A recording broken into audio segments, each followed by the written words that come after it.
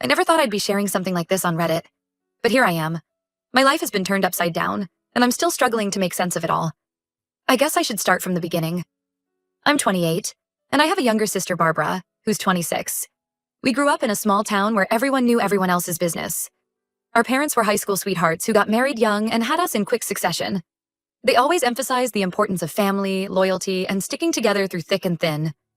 Barbara and I were inseparable growing up. We shared a room until I was 16, and even then we'd spend hours talking late into the night. Our childhood wasn't perfect. Our dad lost his job when I was 12, and things were tight for a few years, but we got through it as a family. Mom picked up extra shifts at the diner, and Dad eventually found work at the local factory. Barbara and I learned to be resourceful, shopping at thrift stores and making our own fun. Those tough times brought us even closer. As we got older, Barbara and I would talk about our dreams for the future. We'd plan our weddings, picking out imaginary dresses and dreaming up our perfect husbands. I always pictured myself with someone kind and steady, while Barbara dreamed of a more exciting, adventurous type.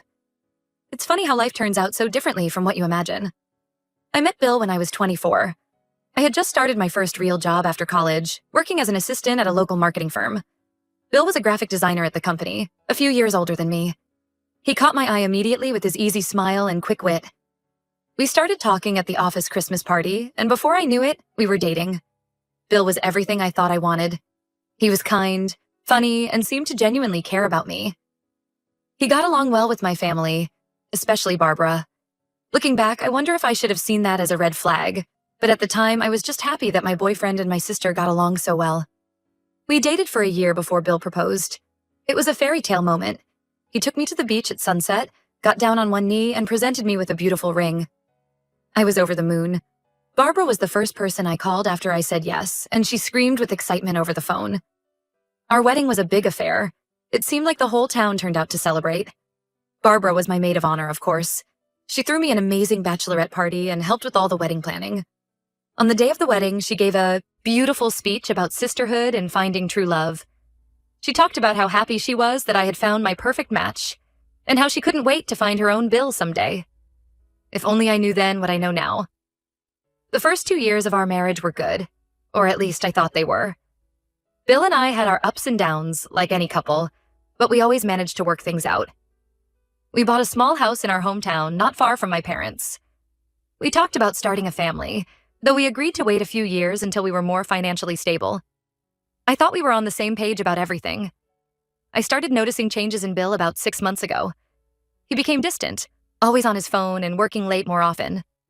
At first, I chalked it up to stress at work. His company had taken on some big new clients, and I knew he was under pressure to deliver. I tried to be supportive, making sure dinner was ready when he got home late and giving him space when he seemed preoccupied. Looking back, I realized that was around the time Barbara started acting strange, too.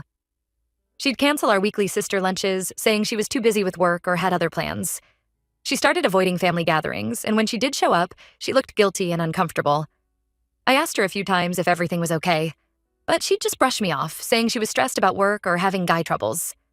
I tried to rekindle things with Bill. I planned a weekend getaway for us, thinking some time alone might help. We went to a cozy bed and breakfast in the mountains, and for a while, things seemed better. We hiked, had romantic dinners, and talked like we used to. But as soon as we got home, Bill retreated into himself again. Last month, everything came crashing down. We were at my parents' house for our monthly family dinner. These dinners were a tradition my mom started when Barbara and I moved out. Her way of making sure we all stayed connected. Usually, they were lively affairs, with everyone talking over each other and sharing stories from their week. This dinner was different. There was an undercurrent of tension that I couldn't quite put my finger on. Barbara wasn't feeling well and had excused herself to lie down in her old room. I noticed my mom and dad exchanging worried glances, and Bill seemed unusually quiet. After dinner, I went upstairs to check on Barbara. As I approached her room, I heard her crying. I was about to knock when I heard her say Bill's name. Confused, I listened closer and heard her sobbing about being pregnant and not knowing what to do. My heart stopped. I burst into the room, demanding answers. Barbara's face went white, and she started stammering apologies. I couldn't believe what I was hearing. My sister and my husband had been having an affair for months, and now she was pregnant with his child. I ran downstairs, feeling like I was going to be sick. To my horror, I saw the looks on my parents' and other relatives' faces. They knew. They all knew, and no one had told me. My own mother tried to calm me down, saying we could work this out as a family. She actually suggested that I forgive Bill and Barbara, that we could raise the baby together. I've never felt so betrayed and alone in my life. I left that night and haven't spoken to any of them since. I packed a bag and checked into a hotel.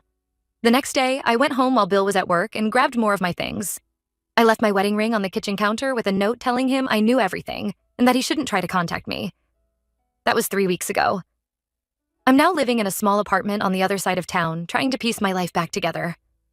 I've blocked Bill's number and all my family members on social media. The only person I'm in touch with is my best friend from college, Sarah, who's been an absolute lifeline through all of this. I keep replaying everything in my head, wondering how I could have been so blind. Were there signs I missed? How long had this been going on? How could Barbara, my own sister, do this to me? And my family? How could they keep this from me? I feel like my entire life has been a lie. I'm not sure what I'm looking for by posting this. Advice? Support? I just feel so lost and alone. I know I need to start thinking about divorce, but the thought of dealing with lawyers and paperwork makes me sick to my stomach.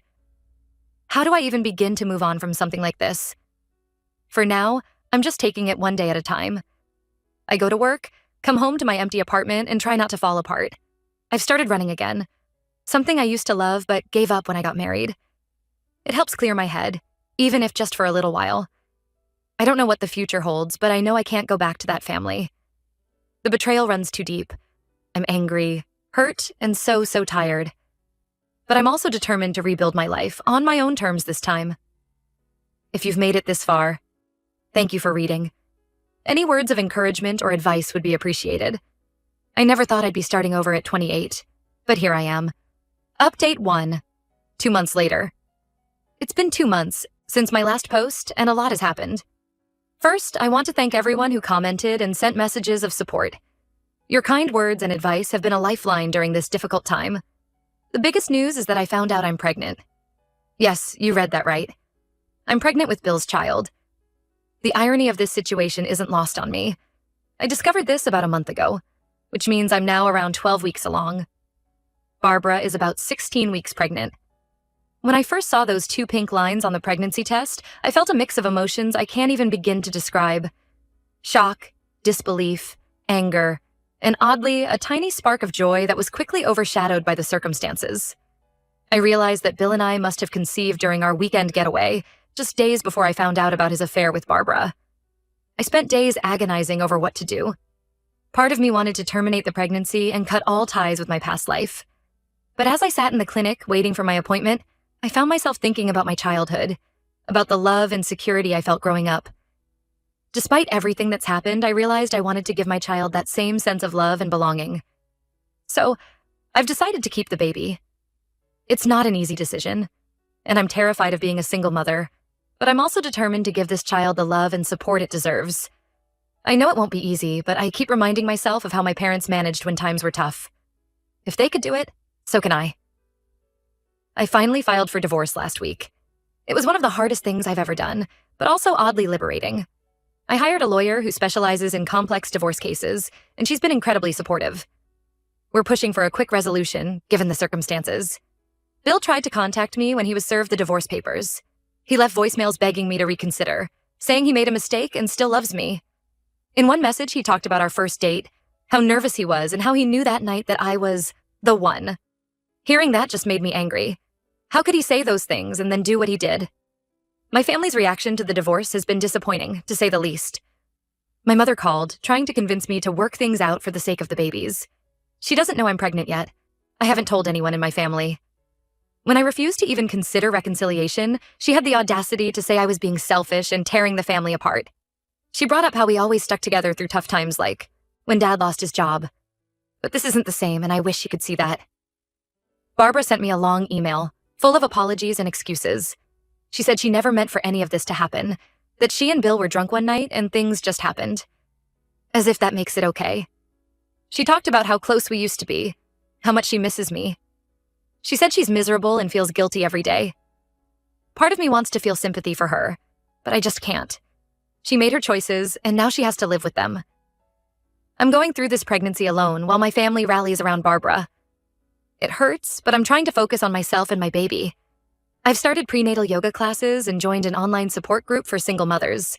It helps to talk to other women who understand what I'm going through. Work has been a welcome distraction, I threw myself into a big project, and my boss has been understanding about my need for doctor's appointments. I haven't told anyone at work about the pregnancy yet, but I know I'll have to soon. I'm nervous about how it might affect my career, but I'm trying to stay positive. As for my living situation, I'm still in the small apartment. It's not ideal for raising a child, but it's all I can afford right now. I'm hoping that once the divorce is settled, I'll be in a better financial position to find a more suitable place. For now, I'm making the best of it, slowly turning the spare room into a nursery. I have my first ultrasound next week. It's bittersweet, knowing I'll be there alone while Barbara probably has the whole family supporting her. But I'm trying to stay positive and focus on the miracle growing inside me. I've started talking to the baby, telling it stories about my childhood and promising that no matter what, it will always be loved. Sarah, my college friend, has been amazing through all of this. She's offered to come with me to the ultrasound, and knowing I'll have someone there is a huge relief. She's also been helping me research everything I need to know about being a single mom. I don't know what I'd do without her. That's where things stand now. I'm taking it one day at a time, trying to stay strong for myself and my baby. Some days are harder than others. There are moments when I miss my old life so much it hurts. But then I feel the baby move, and I'm reminded that I'm not alone. I have a whole new life growing inside me, and that gives me the strength to keep going. Thank you again for all your support. It means more than you know. Update 2, 7 months later. It's been a while since my last update, and a lot has changed. I'm now in the final weeks of my pregnancy, and it's been quite a journey. The biggest news is that Barbara lost her baby. My cousin reached out to tell me that Barbara had a stillbirth about 2 months ago. Despite everything that's happened, my heart broke for her. No one should have to go through that kind of loss. I remember how excited we used to get as kids when one of our aunts or family friends had a baby. We'd beg to babysit, planning all the things we'd teach our future children. The thought of Barbara going through this loss alone, without me by her side, is painful. I sent a brief condolence message through my cousin, but maintained my distance. As for my pregnancy, it hasn't been easy, but I'm hanging in there. I found out I'm having a boy, which filled me with a mix of joy and anxiety. I've been preparing as best I can, setting up a small nursery in my apartment and attending childbirth classes. It's hard doing this alone, but I'm determined to give my son the best life possible. I've been reading all the parenting books I can get my hands on, trying to prepare myself for what's to come. The divorce was finalized last month. It was a long and draining process, but it's finally over. Bill tried to contest it at first, especially when he found out I was pregnant. He suddenly wanted to make things right and be there for the baby. He talked about how his own father wasn't around much when he was growing up, and how he didn't want that for his son. But I couldn't help thinking that if he really cared about being a good father, he wouldn't have done what he did. I refused his attempts at reconciliation. My lawyer was amazing and made sure I got a fair settlement. It's not much, but it's enough to give me a fresh start. My family's reaction to my pregnancy was mixed. My mother was overjoyed at first, thinking this meant I would reconcile with Bill. When I made it clear that wasn't happening, she became cold and distant. She's tried to guilt me into letting Bill be part of the baby's life, saying my son deserves to know his father. She keeps bringing up how close our family has always been, how we've always believed in second chances. But this isn't about second chances. It's about protecting myself and my child from more pain. Barbara reached out after losing her baby. She was a mess, begging for forgiveness and saying she wanted to make amends. She talked about all the plans we used to make as kids, how we always said we'd raise our children together. Part of me felt for her, remembering the sister I used to be so close to, but the wound is still too fresh. I told her I needed time and space and that I couldn't be there for her right now. Bill and Barbara got married in a small ceremony last month. My cousin told me it was a somber affair, more out of obligation than love. Apparently, they're both miserable but feel trapped by their choices. I try not to think about them too much, but it's hard not to wonder how things would have been different if they had just been honest from the start. As my due date approaches, things have gotten complicated. Bill and my family have been pressuring me to let them be involved in the baby's life. They've sent gifts, which I've returned. My mother even showed up at my apartment unannounced, trying to force her way in. She brought a bunch of my old baby things that she'd saved all these years, talking about family traditions and how important it is for the baby to know his roots. I had to threaten to call the police before she left. It was one of the hardest things I've ever had to do. I've made it clear to everyone that I don't want any of them at the hospital when I give birth. I've spoken to the hospital administration and my doctor explaining the situation. They've assured me that my wishes will be respected and that no one will be allowed to see me or the baby without my explicit permission. It's sad that I have to take these measures, but I need to protect my peace of mind. My support system now consists of a few close friends and some amazing people I've met through support groups. They've been invaluable, offering emotional support and practical help as I prepare for motherhood. Sarah, my college friend, has been especially amazing. She's planning to take some time off work to help me after the baby is born. Her support reminds me that family isn't always about blood. It's about who's there for you when you need them most. Work has been understanding about my situation. I'll be starting my maternity leave soon, and my boss has assured me my job will be waiting for me when I'm ready to return. I'm grateful for their support, but I'm also anxious about how I'll manage work and a newborn on my own. I've been looking into daycare options and trying to figure out a budget that will allow me to provide for my son while still keeping a roof over our heads. As I sit here, feeling my son kick and move, I'm filled with a mix of emotions.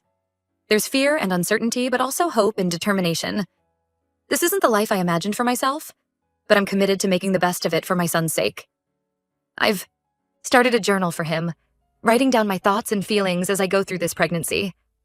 I want him to know how much he was wanted and loved, right from the start, despite the difficult circumstances. I've been thinking a lot about my own childhood lately. I remember the bedtime stories my mom used to tell us, the way my dad would play silly games to make us laugh when times were tough.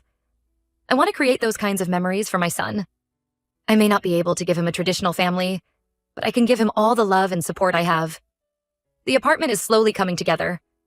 I've set up the nursery with secondhand furniture and handmade decorations. It's not much, but it's filled with love.